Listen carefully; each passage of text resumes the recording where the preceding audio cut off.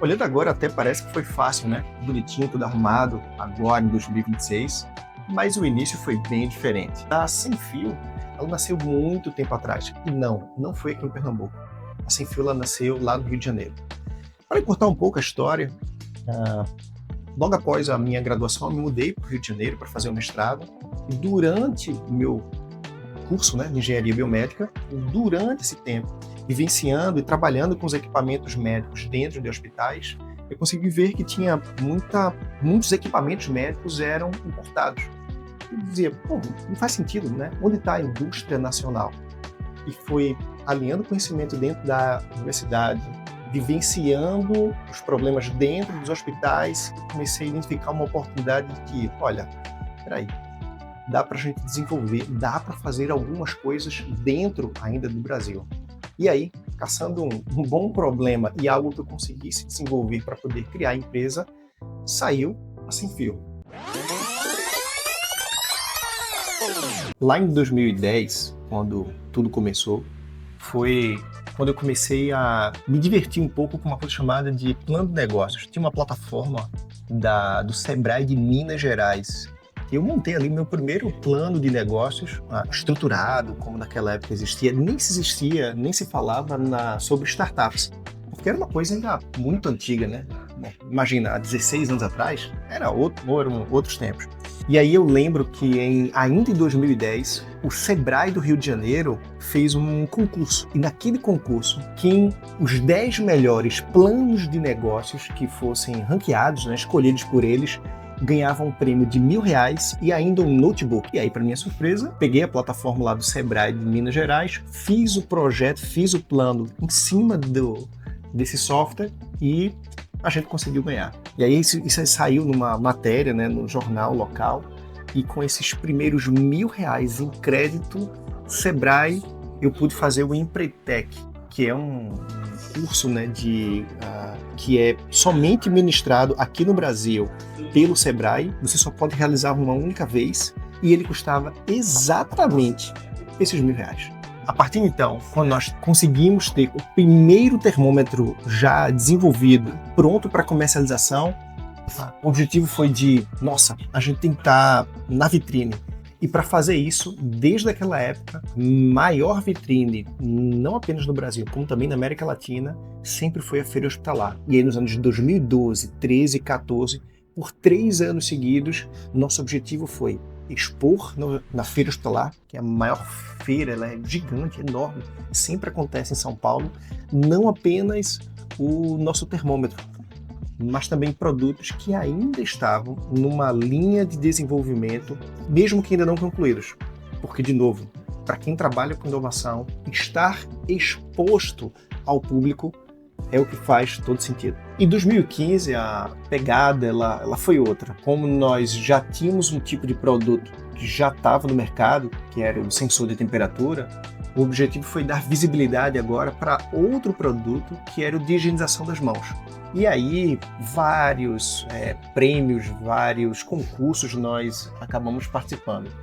Teve um do Consulado Geral Britânico, onde a gente ganhou, inclusive teve uma viagem para Londres, teve uma premiação da aceleradora da Artemisia. Isso nós também ganhamos e foi até legal, né? O prêmio foi um cheque lá, era aquele checão grande em papel de, na época, R$25.000. Imagina, R$25.000 ainda é dinheiro hoje, imagina isso há 10, 11 anos, né?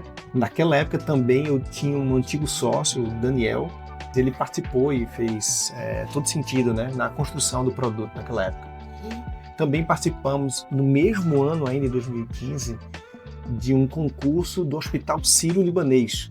E o produto ele ficou ranqueado entre os 3 melhores, também o de higienização das mãos, onde o objetivo era, quer dizer, ainda é, né, reduzir infecção hospitalar. Infelizmente, o produto acabou não tendo muito sucesso, mas do ponto de vista técnico, envolvia muito hardware, uma tecnologia mais antiga, chamada de RFID, que é identificação por radiofrequência, enfim. Trazendo agora de 2019, 20, 21, no máximo ali 2022, Se você lembrar essa fase, mais ou menos esse meio de tempo, foi quando existiu a pandemia da Covid-19. E esse era um problema que todo mundo tinha, né? Inclusive nós. Um problema, uma dificuldade que nós encontramos muito aqui em Recife, né, em Pernambuco, foi a falta daqueles chamados face shield, que nada mais é do que um aparato onde você tinha uma viseira e um filme de policarbonato para impedir o contágio direto. E aí eu lembro que naquela época a gente começou a desenvolver fizemos um projeto, chegamos a fazer o projeto mecânico, a criação do molde para reproduzir, né, fazer em larga escala a entrega de, não apenas de dezenas de face shields, mas de milhares numa única semana. E isso foi uma coisa que foi bem interessante. Outro tipo de produto que nós também lançamos nessa mesma época foi o que nós chamamos de escudo, que é uma luminária ultravioleta para fazer desinfecção do ambiente. Pouca gente sabe, mas a luz ultravioleta ela trabalha numa faixa de frequência muito específica e essa faixa de frequência faz com que a luz ela inative micro-organismos. Então você faz com que vírus, fungos e bactérias possam ser inativadas apenas pela exposição da luz. Então, e isso eu digo que é mágico, né? Você coloca a luz, passa um certo período de tempo e depois aquele ambiente ele está desinfectado. Muito bom. Em 2017 nós começamos no Parquetel, uma salinha também pequenininha, uma salinha de 25 metros quadrados. À medida que os clientes iam aparecendo e o produto ele tinha pegada de mercado, a gente depois dobrou a sala, fomos para uma sala de 50 metros quadrados, pintamos, ficou bonito, a gente conseguiu acomodar, mas também durou pouco tempo. Nessa sala maior, foi mais ou menos ali em 2020, em abril de 2026, nós acabamos nos mudando de novo agora para o ITEP, uma área que é quase 3 vezes maior a sala que nós tínhamos anteriormente e com uma estrutura e uma organização muito melhor, né? Cada departamento tem uma sala, cada sala ela tem processos específicos, isso dá liberdade, dá organização. Então é realmente uma evolução que é bonita de ver, né? É uma história que é legal de ser contada. O primeiro desafio que eu encontrei dentro da área de saúde, que eu pudesse fazer o desenvolvimento e criar, sim, uma indústria nacional, laboratórios ainda tinham muita dificuldade de medir a temperatura dos seus processos e até a medição de temperatura ambiental. Foi então que, naquela época, a gente desenvolveu a nossa primeira versão. Esse é o primeiro produto da empresa. É um termômetro, onde ele já mede, né, faz toda a parte de medição de temperatura e manda essa informação para o nosso software na web. Bom, ao longo do tempo, como tudo na vida evolui, esse modelo ele continuou sendo utilizado, mas acabou sendo desatualizado. E aí a nossa equipe de pesquisa e desenvolvimento evoluiu esse aqui da linha ST para a linha Explorer. Aqui nós já temos uma versão muito mais tecnológica, com display, bateria recarregável, utilização de ímãs ou velcro para fixação, um outro produto completamente diferente e com uma capacidade, um nível tecnológico muito superior ao anterior. Aqui na etapa de produção é onde o produto ele ganha vida. E nessas bancadas nós recebemos já as placas de circuito impresso, já com boa parte dos componentes já soldados, mas ainda tem mais alguns detalhes, algumas outras coisas que precisam ainda ser inseridas. Nas bancadas é onde a mágica acontece, né? Onde pequenos circuitos eles são montados, testados, precisam ser validados.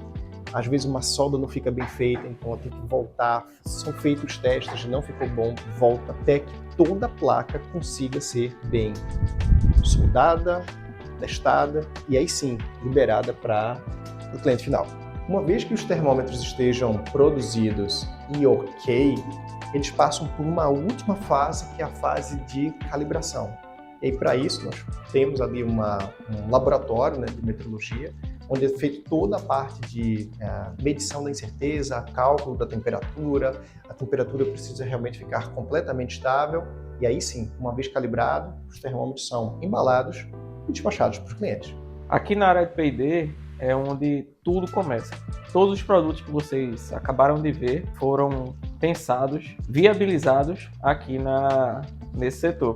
A gente vê toda a viabilidade técnica, se ele se encaixa com o perfil da Sem Fio, se faz sentido para o cliente, se temos esse know-how, tudo isso a gente consegue pensar e viabilizar aqui nesse setor. Trabalhando principalmente com duas tecnologias, IoT e visão computacional. Aqui, por exemplo, esse aqui é um produto que a gente está desenvolvendo, que a gente apelidou como Anjo. Esse aparelho, que trabalha principalmente com visão computacional, tem a função de monitorar o leito de hospitais, verificando se há risco de queda, se o paciente fez determinadas ações ou se ele sofreu determinadas ações, se houve visitas, se não houve visitas, tudo isso utilizando câmeras, microcâmeras e a tecnologia visão computacional embarcada aqui, enviando isso para um software, para toda a gestão hospitalar. Aqui é a área de TI, depois que a ideia já passou pelo comercial, foi validada pelo desenvolvimento, aqui é onde as coisas ganham vida, né? Onde as coisas são construídas. Não somente software, né? Mas também a parte de integração, plataforma e tudo que gira em torno dessa área. Tá? Por ser fábrica, não apenas desenvolvemos a parte de software, mas também integração com o hardware, tanto local quanto remoto. E essa parte não é tão trivial quanto outras partes da área de TI.